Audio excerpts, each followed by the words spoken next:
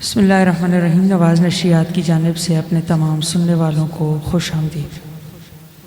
دوستو، یہ ایک ناقابل تردید حقیقت ہے کہ فلسفہ، سائنس اور طب کے میدان میں مغرب کے جن کارناموں سے آج دنیا مرعوب اور متاثر نظر آتی ہے، حقیقت میں ان کارناموں کی بنیادی تحقیق و دریافت اور ان کے اصولوں کو مرتب کرنے کا سہرا مسلمان سائنسدانوں اور فلسفیوں کے سر ہے۔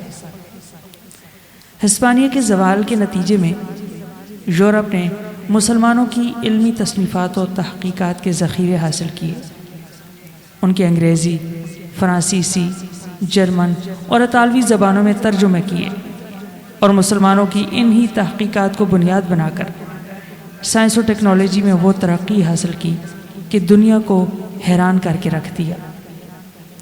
اسی تناظر میں آج ہم آپ کے سامنے ایک گمنام مسلمان سائنسدان کا تعارف اور اس کا عظیم کارنامہ بیان کریں گے۔ اس سائنسدان کا نام ابراہیم بن جندب ہے۔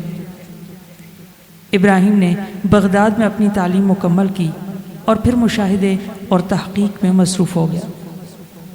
اسے علم حیات سے دلچسپی تھی اور اس نے اس فن میں کمال کا مظاہرہ کیا۔ علم حیات کے مطالعے کے ذریعے اس نے اجرام فلکی کا مشاہدہ کیا اور جلد ہی نئی نئی تحقیقات کرنے لگا۔ وہ دنیا کا پہلا عالی دماغ نجومی اور ماہر مکینک تھا۔ اس کی جدت پسند دماغ نے چاند تاروں اور اجرام فلکی کے صحیح مشاہدے کے لیے ایک ایسا آلہ ایجاد کیا جس نے دنیا کو ورطہ حیرت میں ڈال دیا۔ اس آلے کو دوربین کہا جاتا ہے۔ اس دوربین کے ذریعے بآسانی چاند تاروں کا مشاہدہ کیا جا سکتا تھا اور ان کے فاصلے کی پیمائش کی جا سکتی تھی۔ عجائبات فلک کے مشاہدے کے لیے یہ دنیا کی پہلی سیدھی سادی دوربین تھی۔ لیکن آج کون ہے جو ابراہیم کو دوربین کے موجد کی حیثیت سے جانتا ہو؟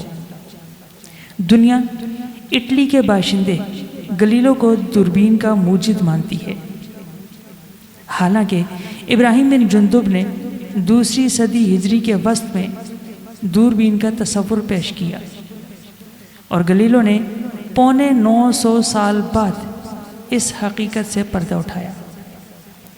آج دنیا میں گلیلو کا نام زندہ ہے، لیکن ابراہیم کے نام پر گمنامی کے دبیز پردے پڑے ہوئے ہیں۔ ضرورت اس امر کی ہے کہ مسلمان اپنی تاریخ کو پہچانیں، اپنے اسلاف کے کارناموں سے واقف ہوں اور احساس کمتری کے خول سے باہر نکل آئیں۔